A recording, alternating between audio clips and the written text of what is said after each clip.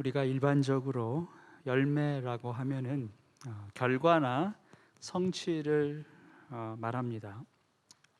When we when we say fruit, we usually mean results or accomplishment. 수년간의 혹독한 훈련의 결과로 올림픽에서 메달을 따면 그 메달이 바로 노력의 열매 또 노력의 결실이 되는 것입니다. After many years of discipline and training, you get a medal in an Olympic, then that is your fruit of your effort and the result and accomplishment of your endeavors. 마찬가지로 오랜 기간 열심히 일해서 돈을 모으고 이제 때가 돼서 조그맣게라도 가게를 시작할 수 있게 된다면 그 사업체가 그 사람의 노력의 열매가 될 것입니다. In the same manner, if you work so hard many years and save up a lot of money, and then maybe you start off your own shop, your own business, then that will be the fruit of your labor. 그런데 열매는 이렇게 결과나 성취를 증명하는 데만 쓰이지 않습니다. But fruit is not only used to prove your result or accomplishment only. 참과 거짓을 분별할 때 또는 시작한 사람의 어떤 의도나 목표를 확인할 때도 이 열매가 사용이 됩니다. To discern truth from false or lies, or to find out one's intent or goal, this fruit is also used. 산상수훈에서 예수님이 이런 말씀을 하십니다. The Sermon on the Mount, Jesus speaks like this. 거짓 예언자들을 살펴라. 그들은 양의 탈을 쓰고 너에게 오지만 속은 굶주린 이리들이다. 너희는 그 열매를 보고 그들을 알아야 한다. 가시나무에서 어떻게 포도를 따며 엉겅퀴에서 어떻게 무화과를 딸 수 있겠느냐. 이와 같이 좋은 나무는 좋은 열매를 맺고 나쁜 나무는 나쁜 열매를 맺는다. Beware of false prophets who come to you in sheep's clothing, but inwardly are ravenous wolves. You will recognize them by their fruits. Are grapes gathered from thorn bushes or fig from thistles? So every healthy tree bears good fruit, but the diseased tree bears bad fruit. 열매를 통해서 우리는 무엇이 진짜인지 가짜인지 또는 시작한 사람의 의도가 선한지 악한지 그걸 분별할 수 있다라는 거예요. By looking at their fruits, we know which one is right. Whether this is true or false, whether this person's intent was right or wrong. You can discern this by looking at their fruits. 자, 그런데 오늘 여러분들과 함께 나눌 말씀에서 나오는 이 열매는 이런 것들과는 결을 달리하는 열매입니다. But the fruit that we'll be talking about today is something different. It's quite different from these fruit. 자, 어떻게 다른지 본문을 통해서 우리가 한번 살펴보도록 하겠습니다. We'll see how different this is by looking at today's passage. 예수님께서 비유로 말씀을 하십니다. Jesus speaks as parable. This story as parable. 예수께서는 이런 비유를 말씀하셨다. 어떤 사람이 자기 포도원에다가 무화과 나무를 한 그루 심었는데 그 나무에서 열매를 얻을까 하고 왔으나 찾지 못하였다. And he told this parable. A man had a fig tree planted in his vineyard, and he came seeking fruit on it and found none. 무화과 나무 한 그루 심었는데 열매가 나지 않았다라고 합니다. 자, 나무를 심는 사람은 열매를 얻기 위해서 심습니다. This man planted a fig tree, but there is no fruit. Now, if you want to plant a tree, then your goal is to get fruit. 자, 그렇다면 열매는 나무 심은 사람의 노력과 열심의 결과라고 볼 수 있죠. 자, 그렇다면 이 열매는 앞에서 제가 설명한 내용과 크게 다르지 않습니다. 결과고 성취이기 때문에 그런 것입니다. Fruit is the result of this planter's effort. Then this fruit is not so much different from what I have told you earlier, because it's talking about result and consequences, accomplishment. 자, 그런데 왜 다를까? Then why this is different? 주님께서 이 말씀을 하시게 된 배경을 찾아보면 왜 다른지 우리가 알 수 있어요. When we look at the context of Jesus' saying, why Jesus spoke these words, if you looking at that, then you will find why this fruit is different from others. 6절 이 말씀 전에 있는 구절 두 구절을 보겠습니다. We will be looking at two verses prior to this one. 또 실로암에 있는 탑이 무너져서 치어 죽은 18사람은 예루살렘에 사는 다른 모든 사람보다 더 많이 죄를 지은 사람이라고 생각하느냐?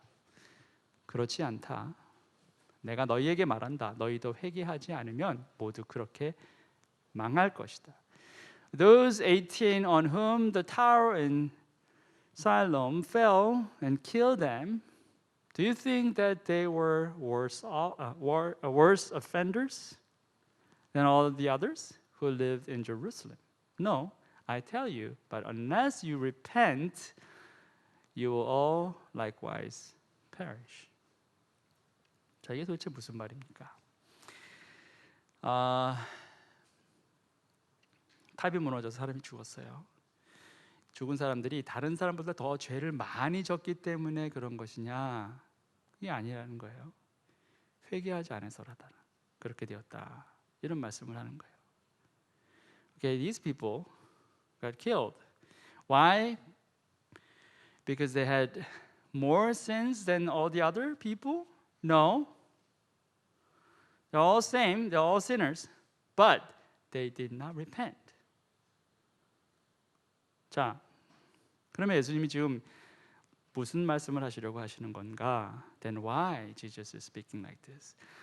무화과 나무를 심었는데 열매가 나지 않았다. 그런데 이것은 너희가 지금 회개하지 않으면 망하는 것과 같은 이치다. 이런 말씀을 하신 거예요.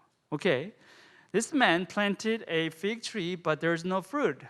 This is the same as, okay, you, unless you repent, you will perish like this. This is the same manner. That's what he's saying. 자, 여기서 말하는 열매는 곧 회개라는 거예요. The fruit that Jesus is speaking is repentance. 자, 그럼 질문이 있어요. Then we have a question. 자, 어떻게 회개가 열매가 되느냐라는 거예요. Then why repentance becomes fruit? 회개는 결단입니다. 아닌가요? Okay, repentance is a determination, right? Right. 또 회개는 과정입니다. Repentance is also a process. 그것도 맞는 거예요. 회개는 과정입니다.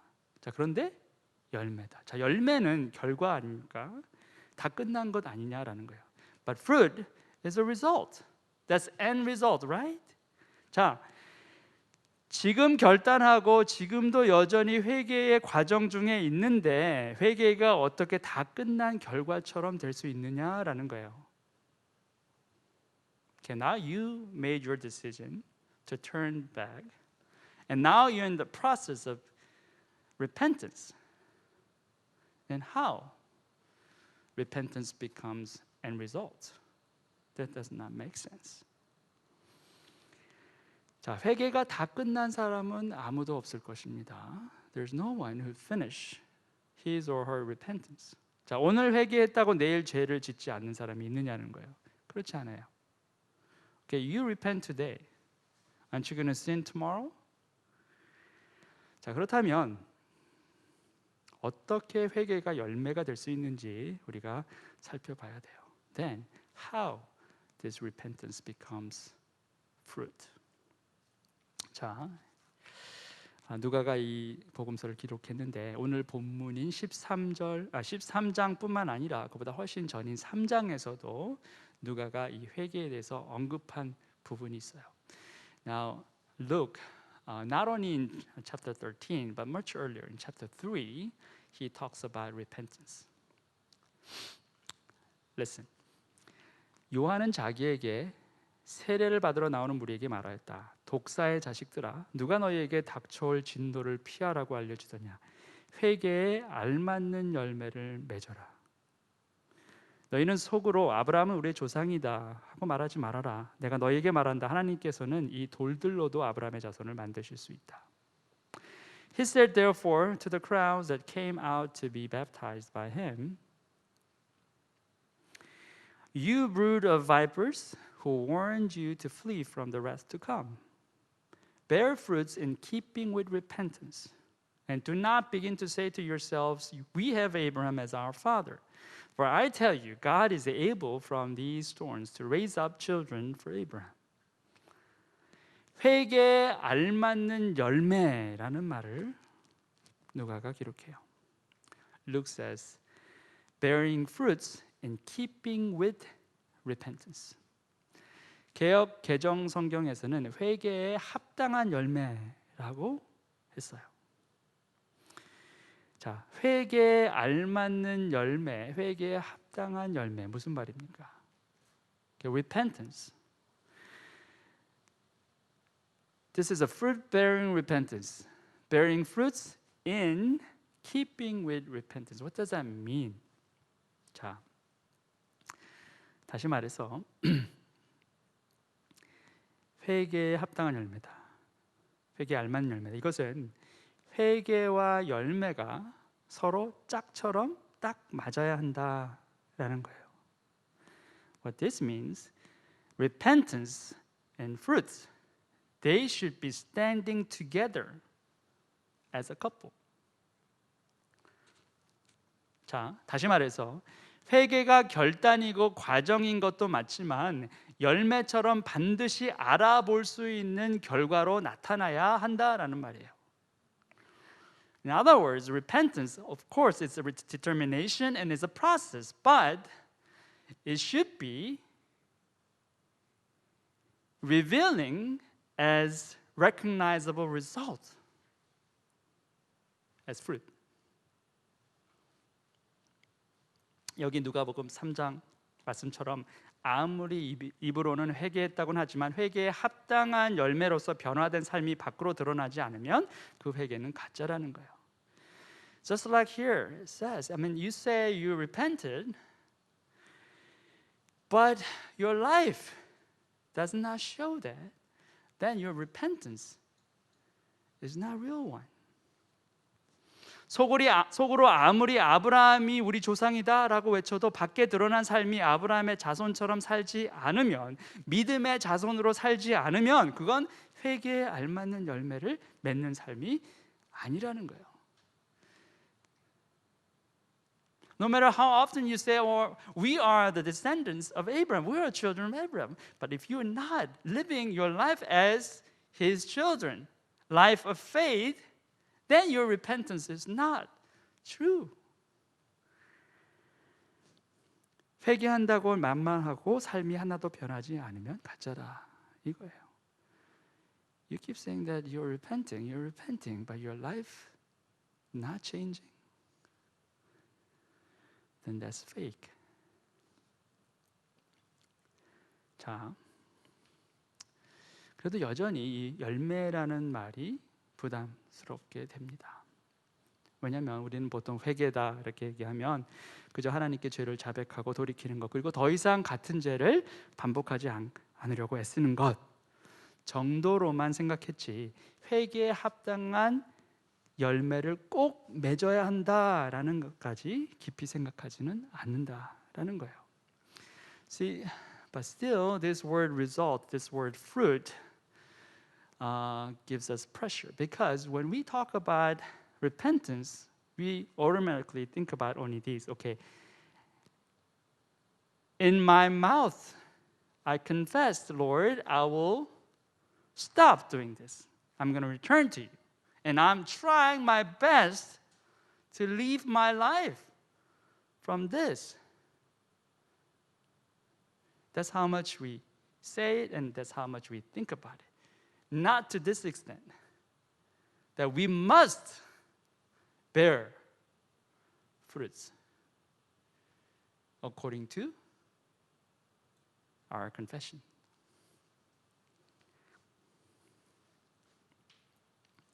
그리고 무엇보다 오늘 누가복음 13장 본문 말씀처럼 무화과 나무 한 그루 심어놓고 그 나무 열매를 주인이 찾는 것처럼 우리 삶 가운데 회개에 알맞는 열매를 하나님께서 반드시 찾을 것이다 라는 것 잘 생각하지 않는다는 거예요. Not only that, just like today's passage from Luke 13, you planted a fig tree and you are looking for fruit. Just like that, our Father in heaven is looking for fruit, the fruit of repentance in our lives. We don't think like that. 하나님 잘못했습니다. 그렇게 용서를 구하고 또 어차피 회개는 평생 해야 하는 건 그냥 마음이 준비되는 대로 천천히 하면 되겠지 정도의 생각이라는 거예요. Well, I ask God for forgiveness, and my repentance is a whole process. I'm going to be doing this for all my life, so I'm going to take my time. Whenever I feel like, then I'll do it. That's what most of people think when it comes to repentance. 자, 그런데 과연 그럴까? 분명 회개했고 다 끝난 것은 아니지만 지금 그 회개의 과정 중에만 있으면 그래도 괜찮은 것이 아닌가? 그럴까요? Isn't that okay? I mean, of course, you repented for sure. It's not over yet, but you're in the process. Isn't that good enough? 자, 그러면 성경은 과연 뭐라고 말씀할까? Then why? I mean, what does the Bible tell you about this? This is very important. 굉장히 중요합니다. 그래서 그는 포도원 지기에게 말하였다. 보아라, 내가 새해나 이 무화과 나무에서 열매를 얻을까 하고 왔으나 열매를 본 적이 없다. 찍어버려라. 뭐 때문에 땅만 버리게 하겠느냐. And he said to the vine dresser, look, for 3 years now I have come seeking fruit on this fig tree, and I find none. Cut it down. Why should it use up the ground? 자, 무슨 말입니까? 회개에도 유통기한이 있다라는 말이에요. What is saying? There's an expiration date, even on repentance. 하나님은 회개를 열매다 이렇게 말씀하시고 그 열매를 당장 내놓으라 이렇게 하시지는 않으세요. 기다리십니다. 열매니까 다 익을 때까지 기다리신다는 거예요. 그런데 한없이 기다리시지는 않는다라는 겁니다. God says repentance is fruit, so He's not requiring you to just give it to me right now. No, He waits. Just like how fruits is ripening in the process of like what? I don't know how many months or years. He waits, but not forever. 여기서 3년을 기다리셨다라고 합니다. 회개의 열매가 맺어질 때까지 3년이라는 시간을 보내셨다라는 거예요. 그런데 영원히는 아니라는 거예요. Here it says the owner waits for 3 years. Not forever. 그리고 기다려도 열매가 없으면 결국 찍어버리다 이렇게 말씀하세요. Okay, even after waiting for such a long time, still there's no fruit, then cut it down. Cut it down. 자, 이때 우리는 어떤 사람들은 아마 이런 생각도 할 수 있을 겁니다. Some people think like this. 이건 좀 너무하신 것 아닌가? 아니, 한 영혼이 돌아오기까지 그렇게나 오래 참으시는 분이 3년 후에는 찍어버리라고 말씀하시다니 왜 이렇게 유통기한이 짧은 것인가? 정말 사랑의 하나님이 맞는 것인가? Well, some people argue like, oh, is this the God of love? I mean, 3 years is so little. I mean, He waits and He waits. The Word of God says God is patient, so He waits for people to return. But after 3 years, He's saying, cut it down? That doesn't make sense. 자, 여러분은 어떻게 생각해요? What do you think? 정말 하나님은 사랑의 하나님이 아니십니까? God is not the God of love. 자, 여기서 중요한 차이가 있어요. There's a very important difference. 하나님은 집을 떠난 둘째가 돌아올 때까지 기다리세요. Our Father in heaven is like a father who is waiting for his second son to return, prodigal son. 돌아온 탕자가 돌아올 때까지 계속 기다리세요. 근데 무슨 차이가 있냐면 돌아온 탕자가 이제 돌아가야겠다라고 회개하고 확신한 순간 그 이후에 돌아온 탕자가 그 많은 시간을 그냥 아무것도 하지 않았느냐라는 거예요. After this prodigal son decided, okay, I get it now. I know I'm returning to my father. After his repentance, did it take long time to return to his father? No.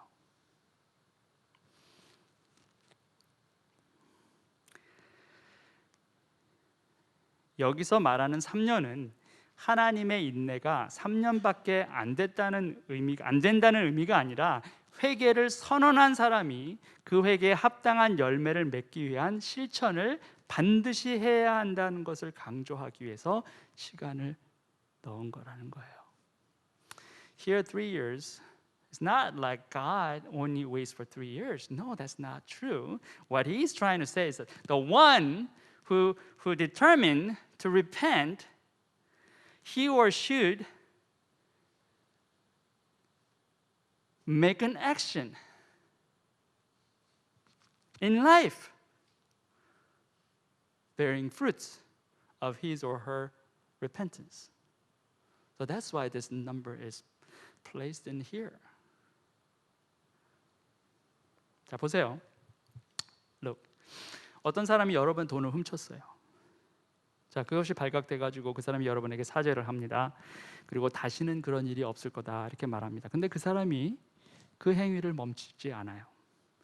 한 주, 두 주가 아니라 한 달, 두 달, 아니 1년, 2년, 3년이 지난데도 계속해서 수백 번 여러분의 돈을 훔칩니다. 과연 여러분은 그 사람의 사과와 사죄에 진정성이 있다라고 믿으시냐라는 거예요.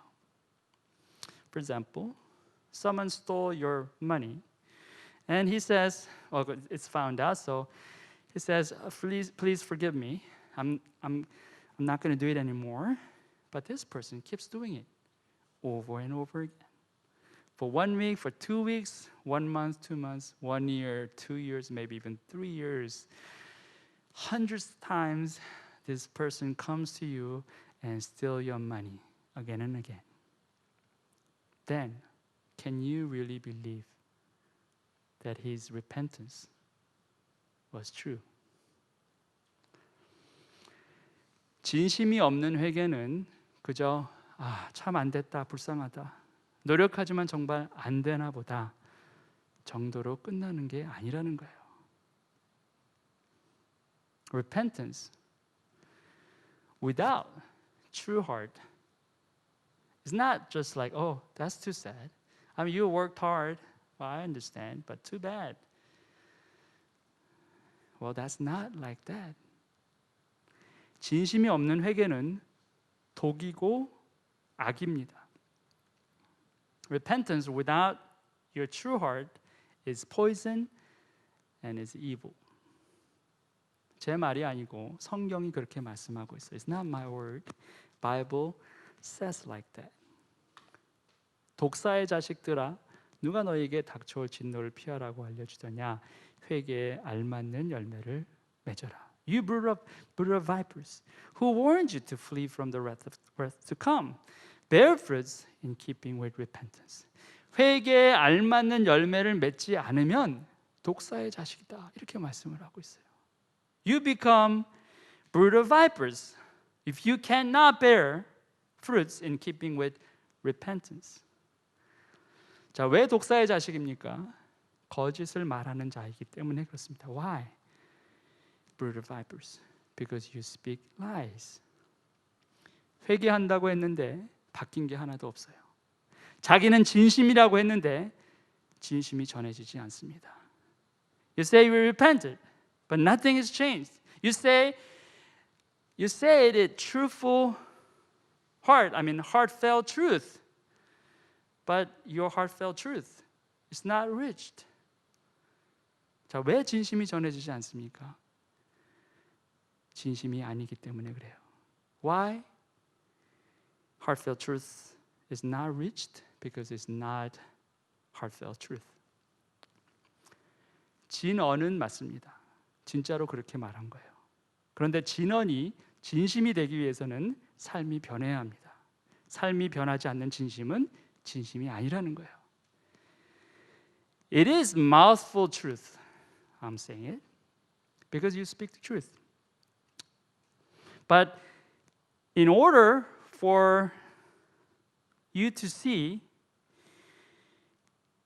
heartfelt truth is revealed, not mouthful truth, then you have to see this person's life changed. Without changing of your life, it's not heartfelt truth. 그리고 진심이 아니면 진언도 결국에 가서는 거짓으로 변질되기도 합니다. And if it's not heartfelt truth, then sometimes your mouthful truth becomes lie. 우리는 그것을 매일매일 봅니다. We see that every day. 세상에 유명하다고 하고 영향력이 크다고 하는 사람들, 정치가라든지 교육가, 성직자, 기업인 다들 진심이라고 하면서 말합니다. 근데 나중에 보면 모두 거짓으로 판명이 납니다. These famous people, the people who have such influence, like politicians, educators, clergy, maybe corporation owners, CEOs, they all say they speak the truth. But at the end, you find out everything they said was not all truth. They're lies. 자, 어떻게 된 겁니까? 처음부터 속일 작정이었을까요? 그런 사람도 있겠지만 그런 의도가 없었던 사람도 많았을 것입니다. 그런데 중간에 변질된 거죠. Why is that? If from the very beginning they had that plan? No. Maybe some people had intention to speak lie. But not everybody. Some people did not have that intention from the beginning, but in the middle of the all process, something has changed, corrupted. 물론 진심을 끝까지 지켰다고 다 좋은 일만 일어나는 것은 아닙니다. 진리 자체이신 주님, 삶 전체가 진심이셨던 예수님도 그 많은 박해와 핍박 가운데 사셨으니까요. Well, even if you keep whole truth, it's not that you experience all the good things in your life. Because when you look at the life of Jesus, He is truth. His life, Himself, truth. He always speaks heartfelt truth. But He was under such persecutions and struggles all His life. 자, 다만 여기서 제가 말씀드리고자 하는 것의 핵심은 이거예요. 진심이라는 것은 반드시 우리의 삶과 직접적으로 연결되어 있어야 하고 회개에 알맞는 열매를 맺는 삶이라는 것은 이렇듯 진심 어린 회개, 즉 삶으로 나타나는 회개여야만 한다라는 거예요. What I'm trying to say is this: truth is directly related to your life, and bearing fruits in keeping with repentance must be proven through your real life situation. 그리고 그것에는 시간 제한이 있다는 거예요. And there is time limit to that. 자, 우리가 반드시 잊지 않아야 할 것, 더불어서 우리가 반드시 잊지 않아야 할 것은 하나님은 우리에게 언제나 충분한 기회를 주시는 분이다라는 거예요. Moreover, one thing that we should never forget is that God is the one who gives us enough opportunity. 자, 그 말은 본문에서 말하는 3년이란 시간 정도면 충분하다. 아닙니다. 그게 다가 아니에요. Maybe you think, okay, 3 years like here is enough of time? No, that's not all. 보세요. Look at this. 그러자 포도원 지기가 그에게 말하였다. 주인님, 올해만 그냥 두십시오. 그동안에 내가 그 둘레를 파고 거름을 주겠습니다. And he answered him, Sir, let it alone this year also, until I dig around it and put on manure. 자, 여기서 포도원 지기는 누굽니까? Who is the one who's asking this to the owner? 예수님, 당신을 말하는 거죠. This is Jesus Christ himself. 자, 주님께서 포도원 주인 되신 하나님 아버지께 아버지 올해만 그냥 두십시오. 이렇게 간청하시는 거예요. Our Lord Jesus Christ, He is asking His Father, who's the owner of the vineyard, saying, Father, let it alone this year also. 내가 그 둘레를 파고 거름을 주겠습니다. 아버지 다시 한 번만 기회를 주세요. 이렇게 말씀하신다라는 거예요. I'll dig around it and put some fertilizers, Father. So please give another chance. 자, 그리고 뭐라 말씀하십니까? And he says like this. 본문 마지막 절입니다. This is the last verse of today's passage. 그렇게 하면 다음 철에 열매를 맺을지도 모릅니다. 그때 가서도 열매를 맺지 못하면 찍어버리십시오. And if it should bear fruit next year, well and good. But if not, you can cut it down.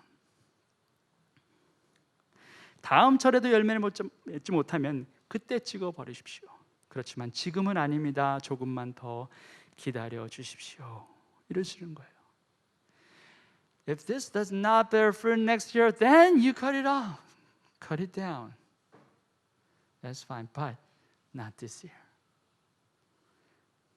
자, 이 말씀을 통해서 우리가 확실히 알 수 있는 것이 하나 있어요. Through this passage, there's one thing for sure that we know. This is true. What is that? 무엇입니까? 하나님의 의도는 우리의 멸망이 결코 아니다라는 거예요. What God desires is not our destruction. 하나님은 언제나 그리고 영원히 우리가 회복되기를 원하신다는 거예요. God always and forever He desires us to be restored. 우리가 지금이라도 돌이켜 주께로 향하길 원하신다는 거예요.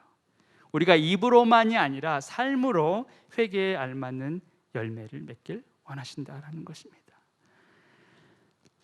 Even now, He wants us to return to Him, not just with our lips, but with our life. He wants us to bear fruits, keeping with our repentance. 자, 오늘은 2020년 마지막 주일입니다. 이제 나흘만 지나면 올해도 끝이 나죠. Today is the last Sunday of this year, and 4 more days, and this year is over. 하나님은 우리 모두에게 기회를 주셨습니다. 어쩌면 그 기회의 시간이 거의 다 끝이 나고 있는지도 모르겠습니다. 하나님만 아시겠죠. God has given us opportunity, and this opportune time is maybe coming toward the end. We don't know. Only God knows. 자, 그런데 우리 주님께서 지금도 간곡히 아버지 하나님께 간청하고 계신다는 거예요. 아버지, 한 번 더 기회를 주십시오. 제가 둘레도 파고 돌도 걸러내고 잡초도 뽑고 거름도 충분히 주겠습니다. 조금만 더 기다려주세요. But then our Lord is asking his Father, Father, give me another chance. I'm going to dig around it. I'm going to pluck out all these weeds, all stones out. I'm going to put enough fertilizers on this land. So please, one more chance. 하나님은 오래 참으시는 분입니다. 그렇지만 영원히 참지는 않으세요. God is patient, but He does not wait forever. 만약 그렇다면 영원히 참으셔야만 하는 분이라면 거룩하신 하나님의 성품에 위배가 될 것입니다. 반드시 심판이 있다는 거죠. If He can wait forever, then that is clearly against His holiness. There will be judgment. 2020년도가 하나님께서 정하신 시간이라면 이제는 2021년 새해에는 회개에 합당한 열매를 맺을 수 있는 마지막 기회라 생각하시고 하나님께 돌아오시기 바랍니다. If this year is an opportune time and then next year 2021 is the last chance for you to return to your Father in heaven, then return to Him. 이제는 정말 말로만이 아니라 삶으로 나타내시기 바랍니다. 그것이 진정 우리를 향한 하나님의 뜻입니다. Not just with your lips, not just with your mouth, but with your life. That's what He wants. 올 한 해가 다 가기 전 하나님 앞에 진심으로 돌아가겠다고 결단하시고 또 여러분 삶으로 그것을 나타내시는 그러한 축복이 넘치시기를 주님의 이름으로 축원합니다. Before this year is gone, I bless you, really, that you make your determination to return to Him truthfully, and you really live it out through your life. Amen. Amen. Let's pray. 우리 기도하시겠습니다.